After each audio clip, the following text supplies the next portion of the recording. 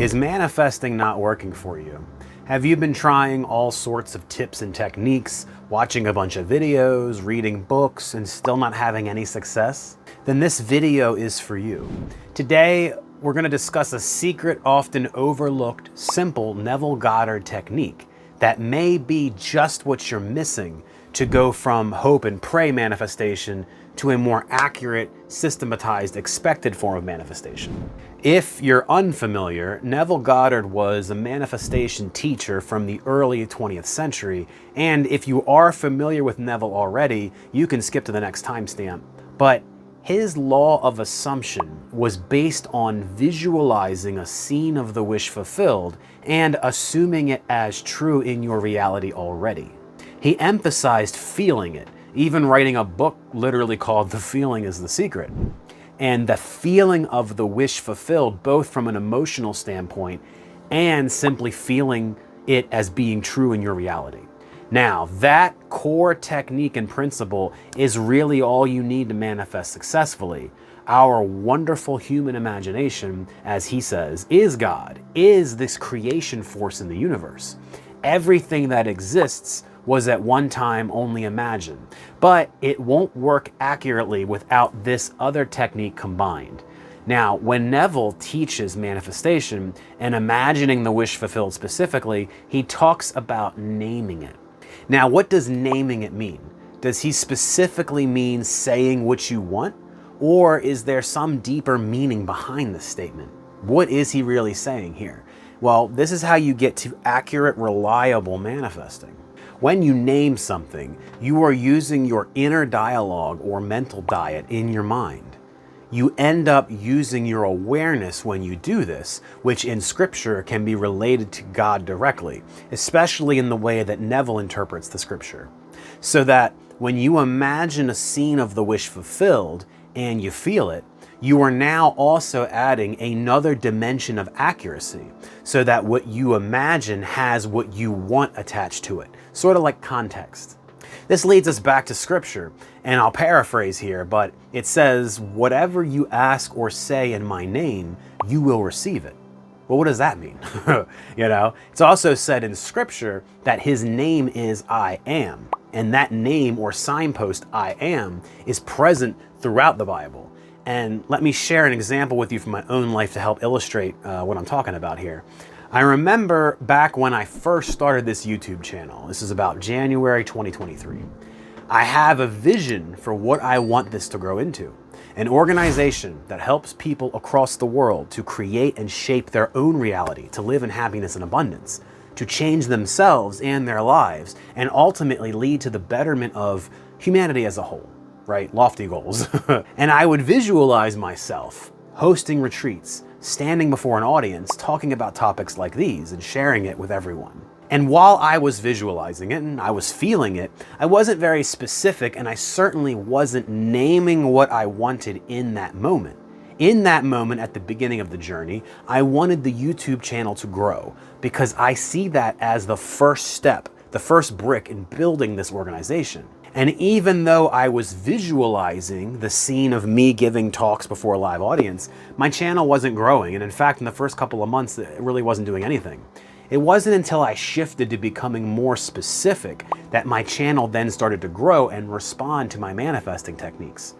So now what I choose to do is, instead of visualizing that, I visualize the scene of my channel having 123,000 subscribers. I picture seeing my YouTube channel homepage with that number. I even have a Photoshop picture that shows that scene as well to give me something to actually look at so it's easier to imagine. And I name it and attach it to myself with context by saying both aloud and in my mind, I have over 123,000 subscribers. And I picked that number because it's more specific and stands out more than just a generic 100,000, for example. And that's what you can do to make your manifestations more precise and accurate. It's to add a dimension of context and naming it, to remove any ambiguity about what you want to create in your life. Now, that's not to say we can't do generalized manifestation for things like abundance in general, or love in general, or happiness. I am a fan of doing general manifestations as well. But when you are trying to manifest something specific in your life, Be more specific about it in your imagining. And that's going to remove any uncertainty or doubt from the universe as to what it is that you want. You're clearly putting your order in with the universe. And that's why Neville talks about this. Anything we say attached to the name I am is manifested. And by extension, things like I have, I choose, I do, because I is our essential being, the underlying awareness of everything. It's the bridge between us as a separate individual person and the one consciousness that's behind everything. That's God or the universe or collective consciousness, whatever your faith wants to call it. The one behind the many, the one that we all come from. We are merely individualized instances of God, and that God is creation, that God is creativity. By naming it, you are aligning yourself with that energy, and therefore we have the same creative power as God. And it's written in the scriptures, and I'll paraphrase again, but Jesus says in the book of John, "Is it not written in your laws, I have said you are gods?" So let's prove this and test this for yourself. I want you to think about something that you want, right? Think about something that you want. And start off with something small and easy because we're just trying to prove this point here. For example, you'll find or receive $1, or when you go outside, you'll see a blue car. Or maybe you'll be happy today, or you'll have a lot of energy today. Whatever it is that you can think of, but we want to keep it simple and small for this test. Now, I want you to think about how you're going to imagine a scene of the wish fulfilled. Now, before you start imagining, think about this. If you were to imagine a scene with no sounds, no hearing, no touching, no context, just a vision of seeing the scene, being there, doing the action, well, there's great ambiguity with that, because what can that scene mean? Maybe you find $10 on the ground, but someone comes up to you and says, "Oh, thanks, I just dropped that $10. Maybe you visualize kissing someone, but there could be a lot of reasons for why you're doing that. Perhaps not the reason that you intended. Maybe your overall intention is that you want to be married to someone. But with just a scene of kissing them, the marriage is not implied, right? The universe has no reason to think that marriage is implied here. So if you wanted to be married, for example, you want to claim it and attach it to the name I am. And that is manifesting with more specificity. You add that term in your mind, I am married, while you visualize kissing this person. Now we have context, right? Now we have more specificity to what our desire in this scene is. That context is very important when we are manifesting and practicing these techniques. Scripture and Neville tell us anything we attach the name of I am to is manifested outward in our reality. The I am isn't just a name, it is the doorway to the essential awareness behind all things, which is why visualization and imagination is the creative power behind manifesting. And we attach a scene to the awareness and then it manifests. So now let's go back to that scene we were imagining with whatever you had picked before, right? And let's do this together. Close your eyes and let's spend 5 or 10 seconds to bring this scene into your imagination, always from a first person point of view, out of your own eyes. You're going to say, I am, and then whatever you want to manifest, fill in the blank. And bring that mental scene to life and activate it with the I am. I am, I have, I found, I choose, some form of present tense I language. So what's happened is not only did you visualize and imagine the scene of the wish fulfilled, not only did you attach some feeling to it, but you claimed it and you named it. You attached context with the I am, linking that context to the power of your essential formless self. Note I said formless self and not your current self. So for me, not Lance, this personality who has manifested in 3D in front of you, but instead my formless imaginary self, my essential being behind everything that's the same as yours. Neville says we have to ignore 3D reality and stay rooted in our imagination. And so too must we ignore the old self, the personality, and focused on the imagined new self. We want to die to the old and be reborn as the new. And this is why I talk so much about meditation on this channel. Manifestation works much better the more you can shut off your senses to the external world, the more that you can remove or relax the activities of your thinking mind, including all thoughts and perceptions of external reality, so that your consciousness and your awareness are purely in the imaginal act, with no link to 3D reality at that moment.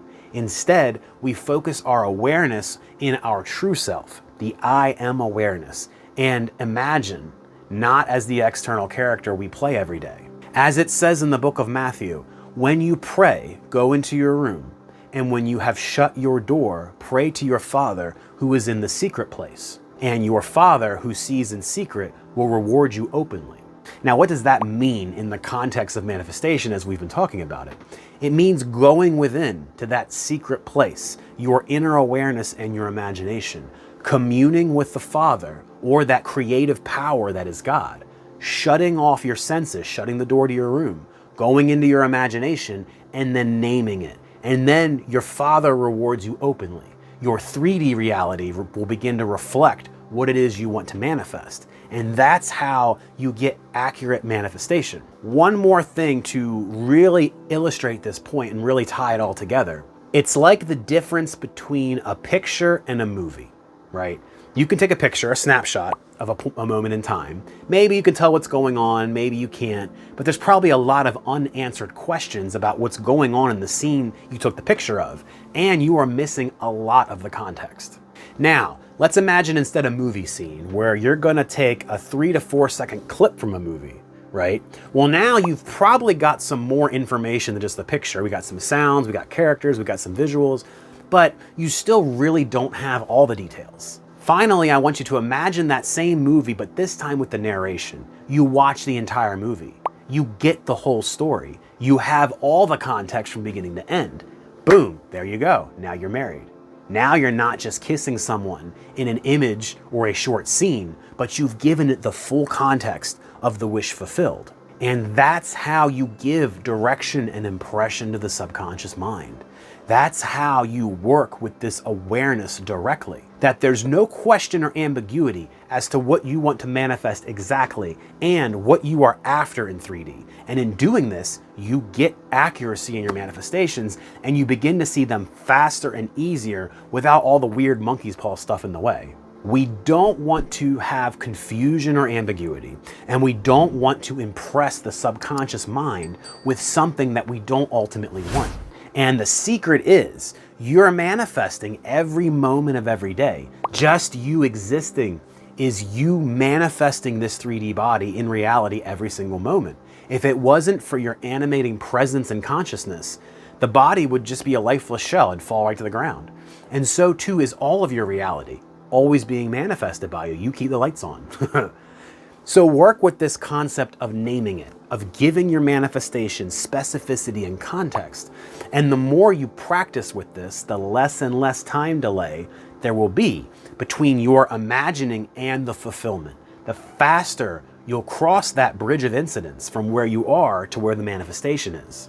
Now, check out this video to learn more about how to control reality with your mind to manifest what you want.